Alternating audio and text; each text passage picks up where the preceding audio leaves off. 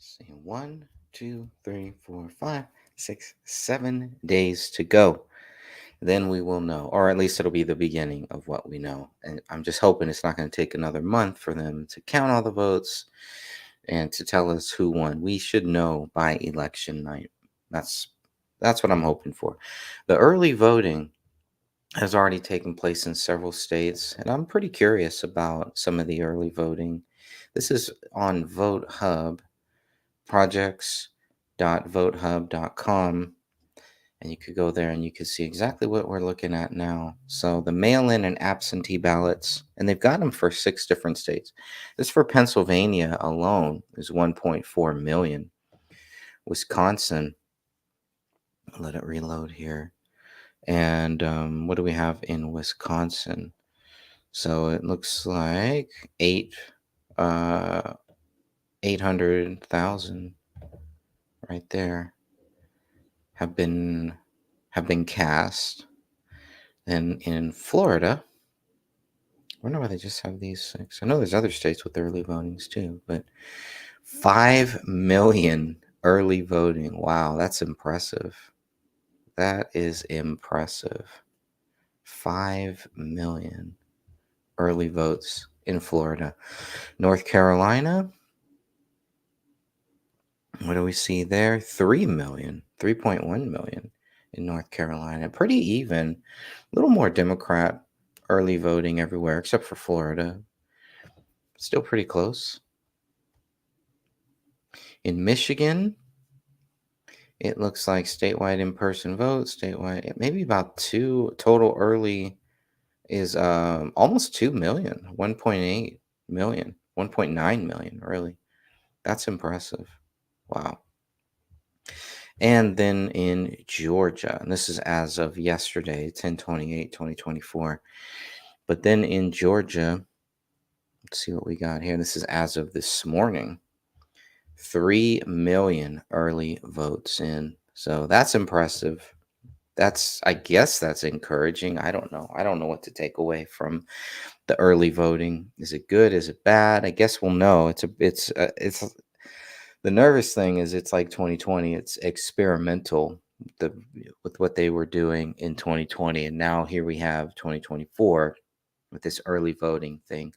So let's see how this goes. Is this going to help stop the voter fraud, or is this going to make the voter fraud worse, or is it going to be indifferent? Is it not going to matter for the voter fraud? We'll see. Only time will tell. So the next thing I want to get to is something on Fox News. We'll talk about some of this RFK Jr. back on Fox News today, it looks like, or this morning. So I will cover that.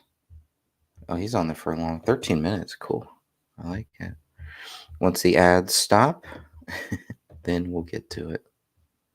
Actually put around on target if you're amongst our guests. Robert F. Kennedy Jr. is just getting dressed right now. We want us to buy a little bit of money. Oh, he is dressed. All right.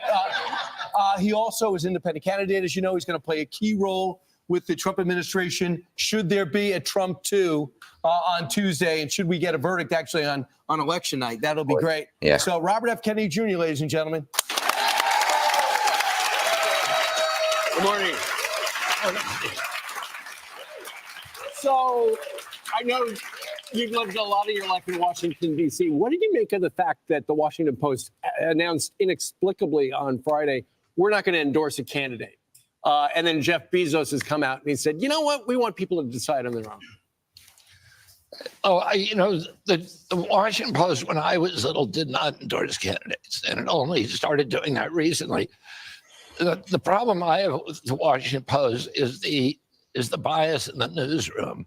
Front page. Right. Because traditionally you would have an unbiased reporting by the New York Times and the Washington Post, and then the editorial board would meet and vote, and they'd endorse a candidate, and there was supposed to be a Chinese wall between them. But in recent years, they have become blatantly partisan, and I think that's a tragedy for the news, because there's really, there is very, very few sources of nonpartisan news left, except, of course, right here. All right, there we go. Good answer. How do you feel, though, about the media at large, though?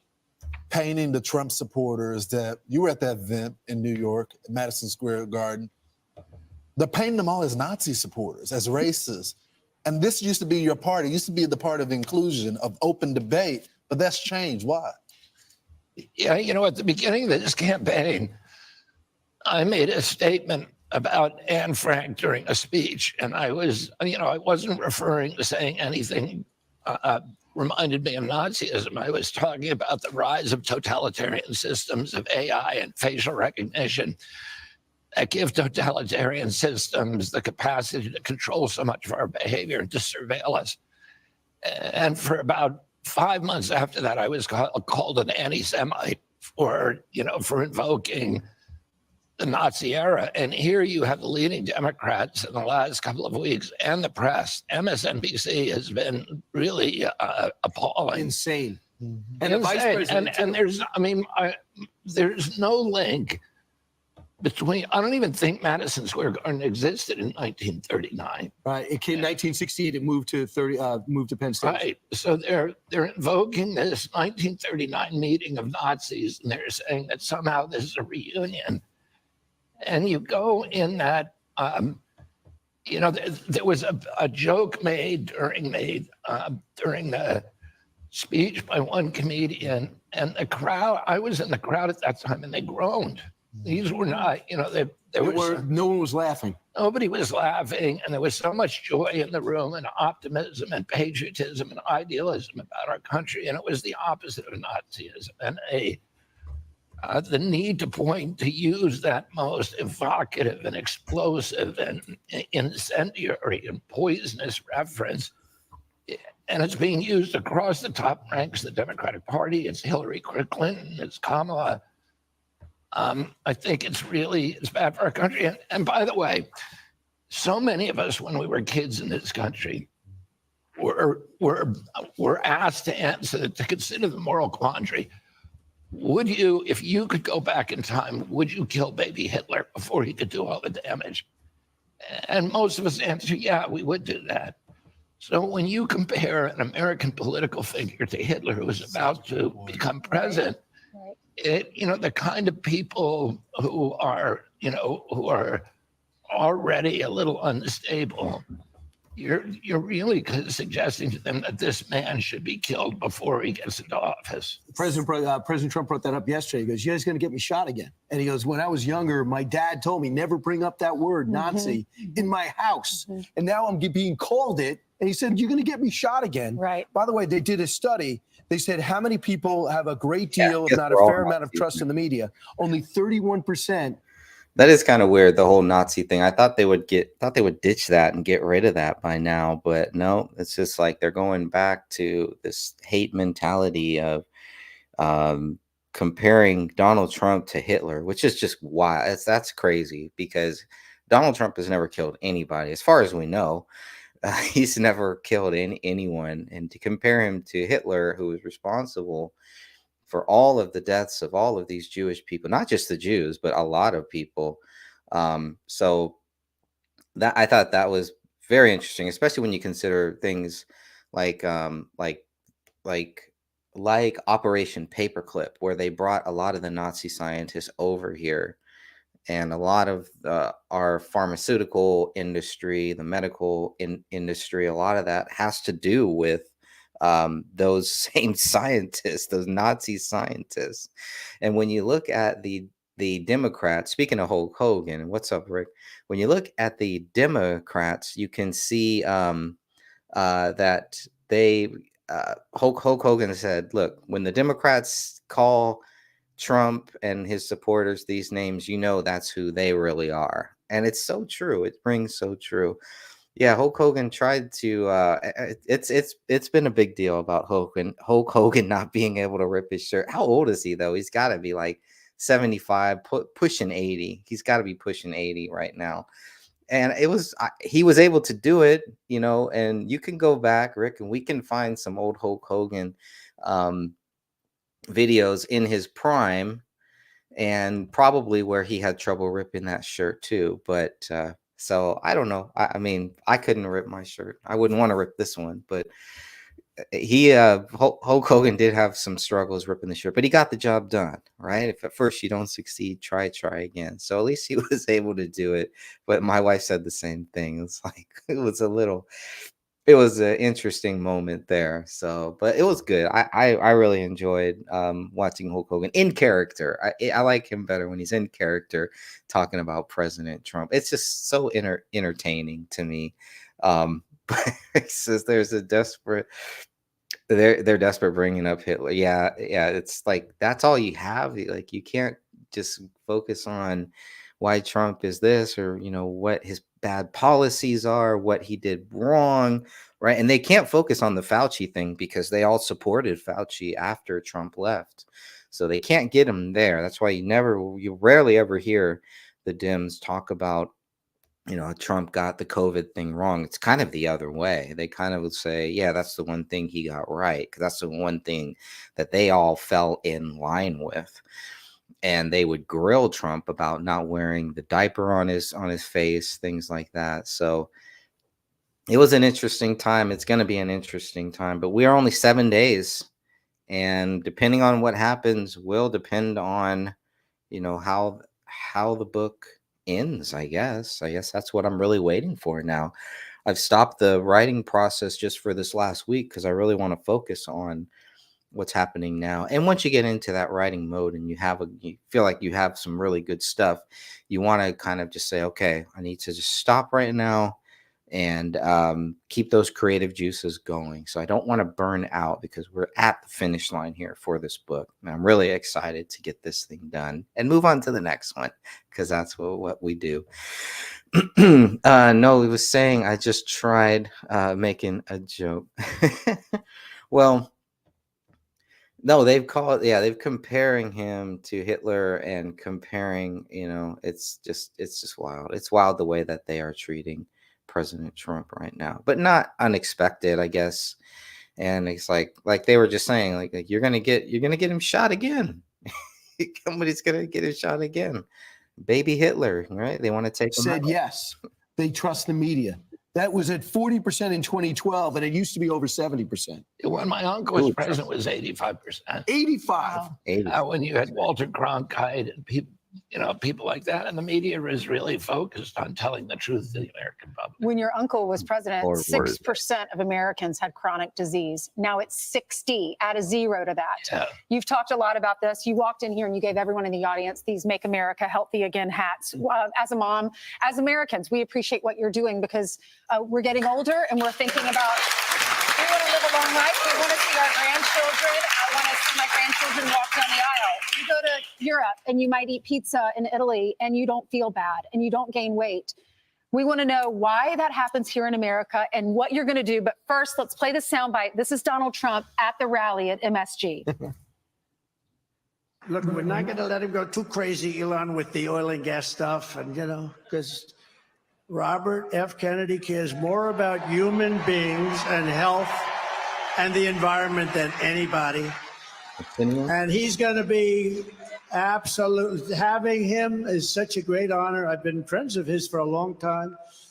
And I'm going to let him go wild on health. I'm going to let him go wild on the food. I'm going to let him go wild on medicines. I get it. The only thing I don't think I'm going to let him even get near is the liquid gold that we have under our feet. What was your reaction to that?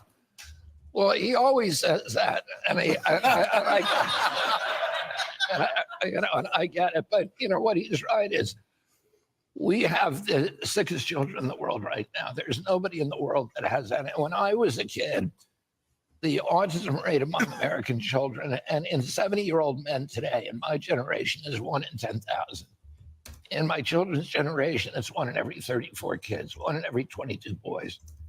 And the diabetes, a typical physician when I was a kid would see 1 case of juvenile diabetes in his lifetime or a 40 or 50-year career. Today, 1 out of every 3 kids who walk through his office door is diabetic or pre-diabetic. And it's costing us $4.3 trillion a year. It costs we paid zero for chronic disease when my uncle was president. Today, it's the biggest expense, 5 times our military budget. It's easy to fix. We have 1,000 ingredients in our foods that are illegal in Italy and other countries in Europe. And the reason for that is corruption. At the food industry and the agriculture, big agricultural producers control FDA. And so they're not worried about public health. They're worried about advancing the mercantile interests of those corporations. And they've let them do things. You know, the companies, the big cereal companies, make two kinds of cereals. Like Fruit Loops in our country is just loaded with chemicals and food dyes that are carcinogenic, that they're going to cause ADHD in your kids. If you go across the border to Canada or to Europe, you have the same product, but it has no dyes. That's It interesting. has good ingredients. So these companies know how to do it. Right. I wonder if that's they can true get away in with it Canada. here. Do you know how- Is the cereal is bad? I hope you're not eating Fruit Loops and stuff like that. But I would be curious to see what the ingredients are, to compare ingredients. And I haven't had cereal in a long, long time, and I wouldn't dare touch any of that stuff. I'm trying to lose a few right now. I'm trying to eat well, eat better, not eating processed foods. My biggest problem right now is eating late. So I'm trying to stock up early, eat early, run towards the evening, and just lose some pound. Because as I get older here, I definitely need to work a lot harder. And I need to offset that wine too, because that's, I don't want to get that wine belly, but it's getting there. It's coming. Are you going to do a Halloween show? I don't celebrate but I saw that you posted something about doing a Halloween show or something like that. Let me know if you're gonna do something. But yeah, I don't celebrate Halloween. I haven't for a long, long time. But if you're doing something, I may jump in the chat for sure. Keep me posted on that. When is Halloween? Thursday? I think it's Thursday. Yeah. Life is spooky enough, I guess. All right, just a few more minutes of this, but I love what he's talking about. And this is the guy that you want in charge of your health here. I mean, he's been doing so much great work, so much good environmental work, and definitely his focus is on not just children's health, but just human health, all of our health, and trying to get us more healthy and get off of these processed foods. And one of the ways that you have to do that is you have to make it affordable. And how do you do that without having a lot of local farmers markets, a lot of local farmers businesses? Make it easy for every 4 blocks, instead of having a liquor store, we should have some little farmers market where you can grow something in your backyard and take it to one of these stands and sell it.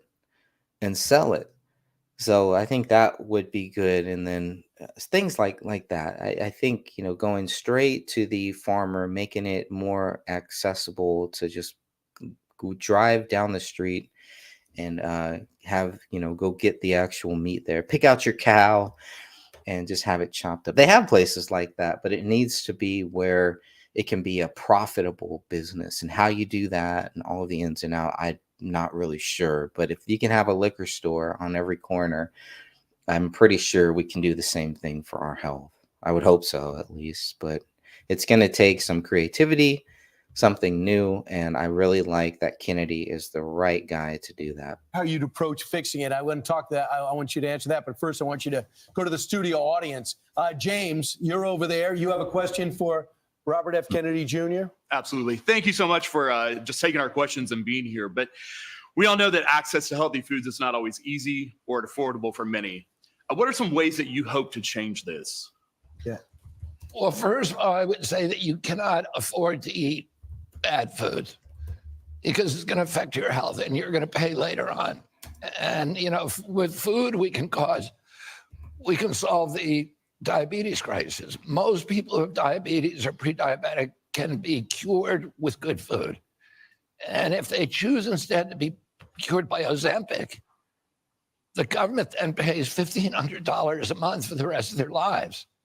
And with a fraction of that, we could give everybody organic foods 3 meals a day in this country. There you go. What I would do is, the first thing I do isn't going to cost you anything, because I'm just going to tell the cereal companies to take all the dyes out of their food. Yeah. It seems And pretty give simple. us the same cereal.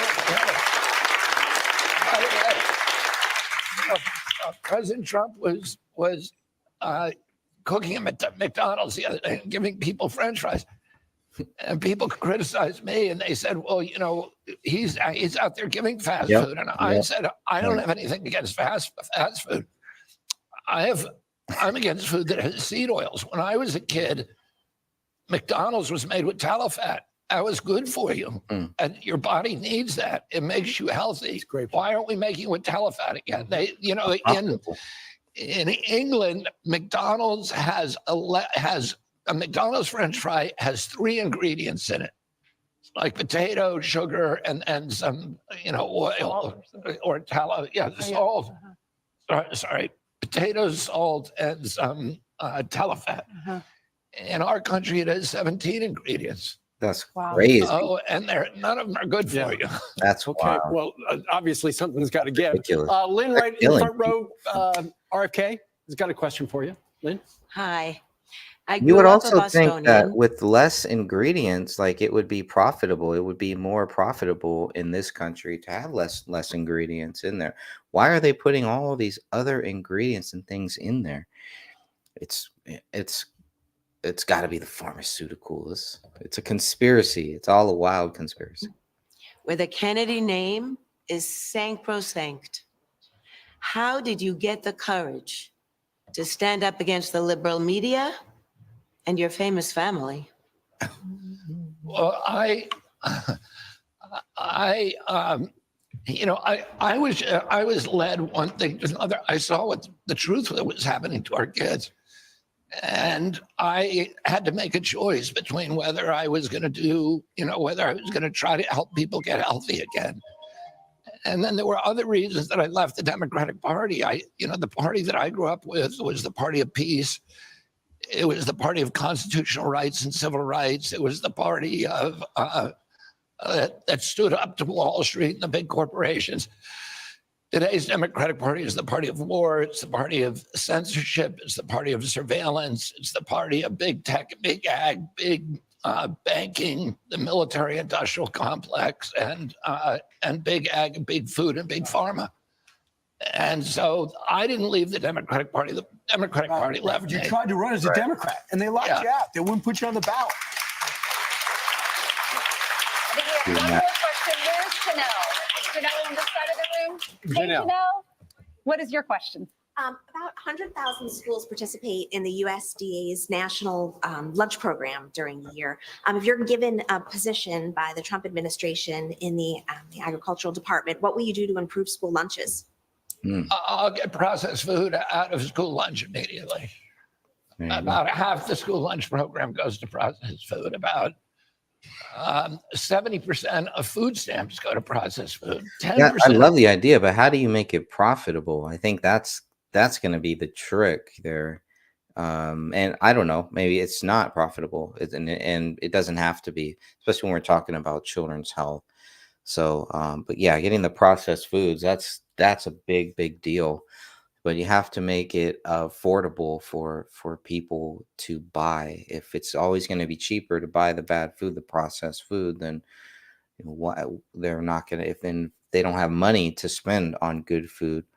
So I'd love to see them figure out a way to drop the prices on organic food. And I think the only way you can really do that is more local farmers, more local growers, more local farmer market type situations. But I think they're going to have some good ideas. They'll have 4 years to really figure this out. And I'll be curious to see what they can do in those first few days, the first 100 days. Very important. Food stamps go to sugar drinks, to, sodas. We're creating diabetes problem in our kids by giving them food that's poison. And I'm going to stop that. Robert, we Yeah, gotta let that's you it. go. But quick question. Exactly it. You were talking about the difference from the McDonald's here versus Yeah, Rick, it's a really good question. What are you guys doing to your food? I don't know if it's purposeful or if it's a conspiracy. To me, it seems like it would have to be. It would have to be, because you would think you would want to put health first and put children's health first.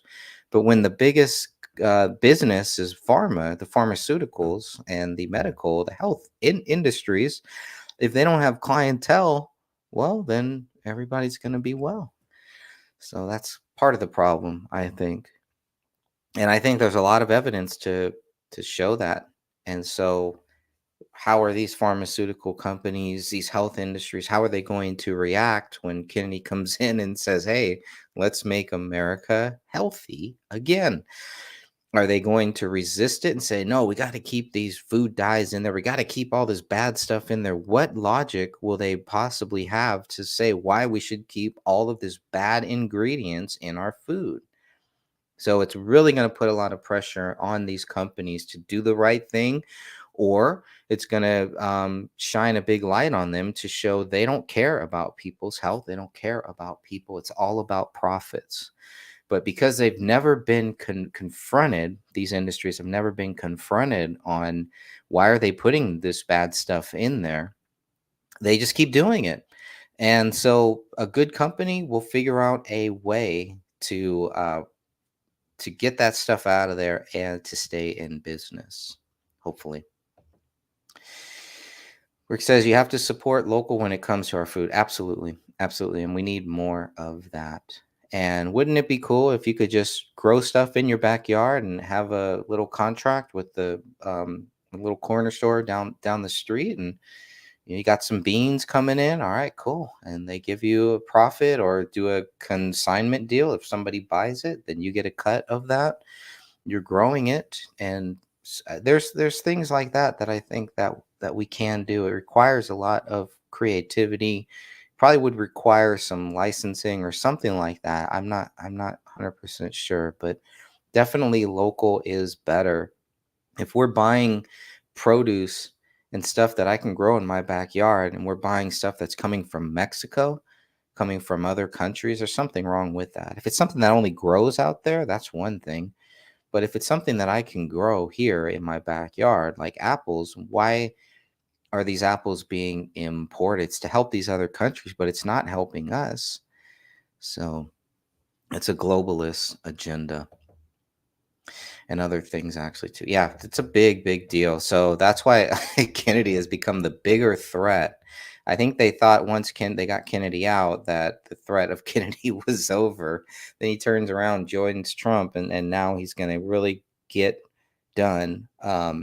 He has a good chance, a good opportunity now to get something done that he has been thinking about for a long time. I'm looking forward to it. Another country, or the Fruit Loops here versus another country. What's the reason why? Yeah. Like, if they know how to make it already, why aren't we doing it? It's because it's cheaper for them to put the chemicals. It's a cost. Yeah, and President Trump wants to get the chemicals out. And he wants to make us healthy because in the long run, that's cheaper for our country. Right. It's America. America is the best at everything. We need to be the best at food too. Yeah. There you go. Hello. Ladies and gentlemen, RK Jr. I'm Steve Good Doocy. interview I'm Brian. there. Good little segment there. That was good. And that covers it. That really covers the basics of where our country is at, where we need to go, and why we are where we are here. Like she said, we're supposed to be the greatest country, and look at what we are doing. Look at how we are treating our own people and just poisoning people. And when you realize that, they can say, "Oh, we didn't know these products were going to hurt everybody," et cetera. Say, well, now we do. So now what are we going to do about it? You got to do something about it. You can't just keep going like this. So I hope that they will figure out some way to get creative, but the profitability to me is going to be the big one, because like you said, it's cheaper. Why do they do this? It's cheaper. It's cheaper. They're trying to kill us, whatever it is, but they have to take into consideration the health, or there should be consequences. And that does mean putting these companies out of business and possibly putting people in jail for killing and for poisoning and killing our people, especially our children, targeting our children with these bad foods, with these color dyes, with these things that make it look pleasing. And then they eat it and they have consequences, and they have long-term health issues, diabetes, all of these things that we have in this country. Walk into your local hospital and you can see it, right? When you go to a store or to a restaurant, scan the people that are there shopping. and you will get the idea of what is happening, what type of health, what type of store you're in. If it's a health food store, you're probably going to see a lot more people fit. If it's a Costco, something like that, you're probably going to see a lot of people, a lot of fat people, and a lot of people with health problems. And that's just the way it is. Go look at the ingredients and all of this stuff. It's really bad. It's not just like, oh, it's killing people. And that is just a simple fact. And that's sad. And so it does come back. Is it on purpose? Is it on accident? Whatever it is, let's just stop doing it. And so you need a president. You need it to come from the top. And so when you have Trump back in there, and then when you have Kennedy running this, I do believe we have the best possible scenario to get this done. So let's see. Rick says, I think most people would choose to eat healthy, but can't because they can't afford it. That's exactly it. So let's make it profitable. Let's make it at a reasonable price where they can, because right now, we pay a lot more for our food because we have to see it as an investment. We're investing in our health now, so we don't have to pay these crazy medical bills later. That's our reasoning for spending more on our food. And it is very, very costly. Even when you're trying to be conservative with everything, it's still very costly. We should do a show together and talk about our food situation. Absolutely. Yeah, let's figure out our schedules. Let's do that. Now that the kids are in school, I've been doing more like this, more morning shows before I start work. So we can always do that. Tuesday, Wednesday, Friday mornings are pretty good. And then if we want to do something in the evenings or on a Saturday afternoon, Sunday afternoon after church, I'd be all for that. So yeah, let's do it. Is that your man cave? Yeah, this is my man cave here. It's adjusting. I'm building more. I've got more things here. I've got more. This way. A few more toys here. I got my Star Trek ships. I recently got the Batwing back there. All of the books that I need to read. Some of the Tom Clancy's I've already read, but a lot of these books behind me in the middle section are all the JFK books. So it's I probably read about half of them. I got Lord of the Rings books. I got a lot of stuff here. But yeah, this is where I come and chill and just hang out, do shows like this. This is my quiet area, my quiet time. So got to have one of these, preferably not in a basement, but if you have to do the basement thing, do that too. But the lighting is always better on the second floor, right? The higher you get. All right. So then I want to read a little bit of this from RFK Jr. It's like one or two videos I got, and still got a few minutes here. Let's see. This is on X. So this was interesting because, and I guess I could play the video about this. Jeff Bezos rips the journalist class while explaining his decision not to endorse a candidate in 2024. And here's what he says. In the annual public surveys about trust and reputation, journalists and the media have regularly fallen near the very bottom, often just above Congress. But in this year's Gallup poll, we have managed to fall below Congress. Our profession is now the least trusted of all. The Washington Post and the New York Times win prizes, but increasingly we talk only to a certain elite. More and more we talk to ourselves. That's crazy. And here's what Charlie Kirk says. Never thought I would say this, but bravo, Jeff Bezos. The dramatic ideological shift in Silicon Valley these past 4 years is one of the most important developments in American history. So there you go. Amazon's not so bad. All of a sudden, I don't feel so bad for ordering stuff on Amazon. Whole Foods. But here's what RFK Jr. says about that. When JFK was president, journalists were national heroes, idolized as courageous and ethical exemplars, and 85% of Americans trusted the media. Today, that number has dropped to 31%. Scruples, along with personal and professional ethics, are now professional liabilities in the MSM, which has become a cesspool for scoundrels, liars, gossip mongers, and tawdry grifters. WAPO and NY Times are dying institutions leveraging the final dregs of their former reputations to serve advertisers and partisan agendas dedicated by intelligence agencies. They have made themselves bullhorns for official propaganda and collaborators in censorship. The only investigative journalism worth reading, people like Walter Kern, Matt Taibbi, Paul Thacker, Glenn Greenwood, and others, survive solely in the swelling netherworld of independent media. Wow, I wish I could write like RFK Jr. He's such a great writer. That bustling universe provides hope for journalism's future. MSN's unprecedented and shameless invocations of the DNC's reckless Trump as Hitler talking points this week served as a sad eulogy for a morbid industry mired in moral and financial bankruptcy, and thank God in its final death throes. Very interesting. Very interesting stuff there. What do you want to see? Oh, the Batwing? Oh, yeah, this thing is cool.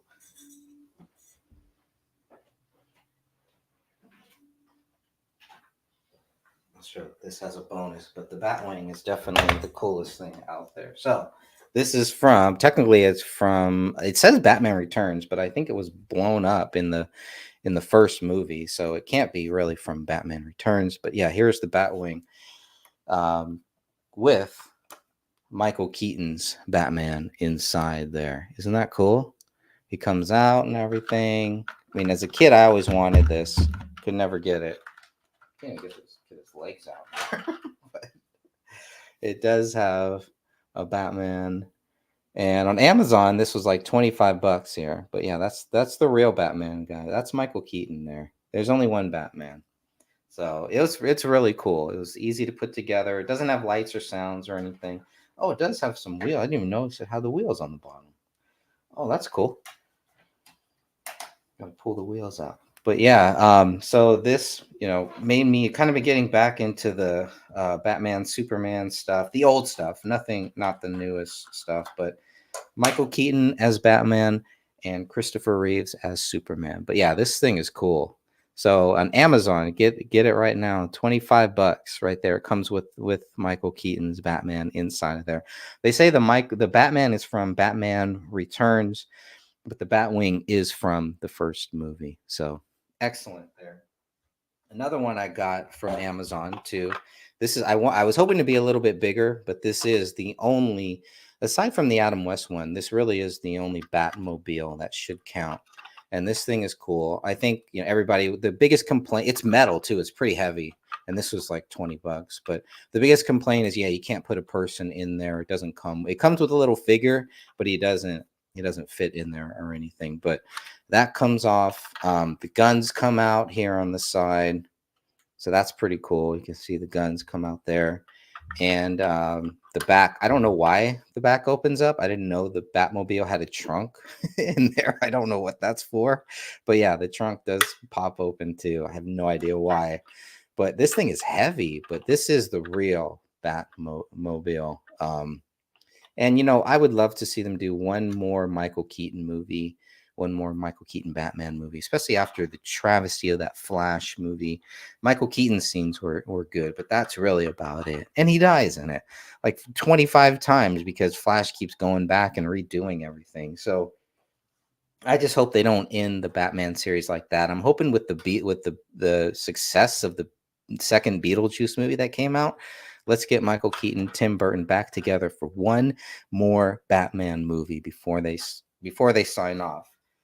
If they can make these garbage Joker movies and these garbage Batman movies, and we have 4 Batmans out there right now, why can't they bring back the one Batman that we all love and care about? So yeah, it's pretty cool. It's pretty cool. Oh, cool. A couple of Lord of the Rings figures, if you will. Yeah, absolutely. Absolutely. Lord of the Rings, definitely some of my favorite stuff. Not the Prime series. No, I don't want nothing to do with the Prime series, but the original movies were awesome. Even the Hobbit movies I thought were pretty good. Absolutely. We could trade. I'll trade you my my Bohemian Grove book for that one. I've been meaning to ship it out for you. It's been tough, and this economy has been rough, even for us. And with trying to put 2 kids into private schools, you can imagine it's pretty costly, but worth it. Christian private schools too. So teaching them a lot of good Christian values as well. But yeah, we'll definitely talk about that. We'll do some trades like the old school, like they used to do back in the day, old school trades. I just want to check and see if Trump. Well, actually, no. Before I get to that, since I played that thing about Jeff Bezos, there is a good Fox News. It's like 4 minutes here. So I'll play a little bit of that, and then I got to run pretty soon here. Check this out. I'm going to show you how I've These commercials drive me crazy. 118. Jeff Bezos defending his decision to end the Washington Post tradition of endorsing presidential candidates. Bezos writes in a new op-ed that Americans don't trust the media, and his paper's decision to endorse a presidential candidate would only reveal bias. Let's bring in Howie Kurtz. Of course, you know the Washington Post well, used to be there. So the headline is "The Hard Truth: Americans Don't Trust the Media," and he says we must be accurate and we must be believed to be accurate. It is a bitter pill to swallow, but we are failing on the second requirement. The Washington Post and the New York Times win prizes, but increasingly we talk only to a certain elite. More and more we talk to ourselves. Howie, what do you make of all this and the outcry in the newsroom? Well, first of all, this should have been done 10 years ago. Jeff Bezos admits what I've been saying, which is the timing was terrible to drop this stink bomb just before the election. And to me, it shows a fear of Donald Trump because they have a testy relationship. Jeff Bezos does a lot of business with the federal government through Amazon, through his Blue Origin rocket company. And if Trump wins, which he seems to think is a strong possibility, he doesn't want to be on the enemies list. One of the things is the Washington Post, on the terms of timing, it is interesting that just recently they did endorse the Democratic candidate for Maryland Senate, Angela Alsobrooks, over the former Republican governor who is very moderate, Larry Hogan. And then they do this. So I can understand a little bit of that. But what about the point of not being believed as the media being a part of that? Let me just show you one other thing. In terms of ABC, CBS, and NBC News of the presidential race, 78% of that coverage has been positive for Harris and 85% has been negative. Well, that's the thing I agree with Jeff Bezos on, and people don't trust the media for good reason. But the thing is, he has set back the Post 10 years with this colossal blunder, by which I mean 10 years from now, people will still be talking about this. And, he's the one who came up with the slogan, "Democracy dies in darkness." And for him to now do this, if he had done it months ago, would have been very different. No one would have cared. Newspaper endorsements don't really matter these days, at least on the national level. But for 2 years, the editorial pages of the Post, we have the same situation now with the LA Times owner killing a Harris endorsement, is constantly anti-Trump, left-leaning. And then on the most important thing that they face, we couldn't possibly tell you what to think. That would create the perception of bias. Well, come on. We know what they think. They're just pulling back on this. And I think clearly it helps Donald Trump. And you have columnists, 4 people, by the way, who have left the editorial board, prominent journalists, others writing columns, taking on the boss, all kinds of language, spinelessness, and so forth. And it's not just a bunch of self-involved journalists. It is the fact that they feel that Bezos sort of pulled the rug out from under them. But he also and saved the paper and, pays their salaries. And so, I mean, in some ways, I think, where would the Post be without him? Jeff Bezos and his billions absolutely saved the Washington Post. And yes, he pays the salaries. He has the right to do this as the owner. It's just, the way that he did, when he did it, and the fear of Donald Trump. And I'll say one more thing, Dana. Reading from all these people, tens of thousands canceling subscriptions, it only hurts the news organization that they say they care about. And some people are saying, well, why not cancel your Amazon Prime membership if you want to get back to Bezos? The Post has already been decimated by layoffs and buyouts. And this doesn't help. It's a real body blow, just a disastrous move. All right. I just don't know if I agree with that. I think, I don't know. I see it differently. I mean, 200,000 people quit Well, those 200,000 people were all anti-Trump, right? So good. Maybe we get some, people, some more fair and balanced people in there, some people who think a little bit differently. Do we need 200,000 workers at the Washington Post? Is it that big?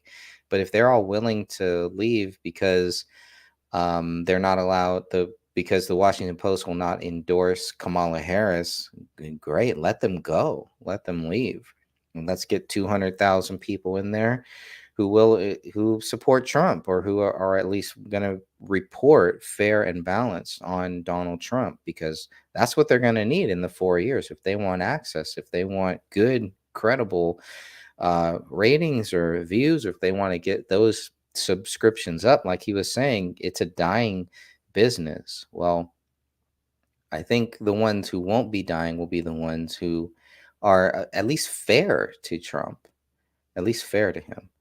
So, which is the New York Post, I think, is probably doing good, and they're pretty fair towards Trump, unlike some of these other companies. So, anyways, that is where I'm going to leave it here. I really appreciate you, Rick. Always nice chatting with you here. And yeah, let's plan something in the future. Do a show about health and whatever else you want to talk about. Talk about toys too. Still got a few of those left running around here. Comic books, always been fun. And yes, I will send that book out to you, the Bohemian Grove book, and a few other books that I have that I've been meaning to get to. I just haven't done it yet. We have 7 days to go, and we will see where everything lines up, because where this country goes is usually the direction that a lot of other countries will go too. So we're going to see if Trump gets back in, is going to be 4 more years of hating Trump, anti-Trump. And I think that is the biggest threat, the biggest worry that people should have. If you want a reason not to vote for Trump, it's because do you want these haters coming back for 4 more years of this? And then on the other side, well, you don't want to be intimidated either. And we had 4 years of people trying to bully us into hating Trump, and it just didn't work. It's the same people. They just ended up eating themselves, as these liberals and these nut jobs usually do. So, yeah, we'll do a roundtable. I'm down for that. Down for any of that. Let's just figure out, let me know if you want to do something weekends, weekdays, mornings, nights. I know nights is a little tough for you because it's a lot later where you are than it is for me. Nights are easier. Nights are always better for me. But because we're in 2 different time zones, we can always do something during the day. Yeah, let's chat on Skype more about that. All right. God bless you all. And remember, Jesus Christ loves you, and so do I. 7 days from now, we should have some type of answers. See what's going on. I don't know. Only God knows for sure. Until then, God bless y'all.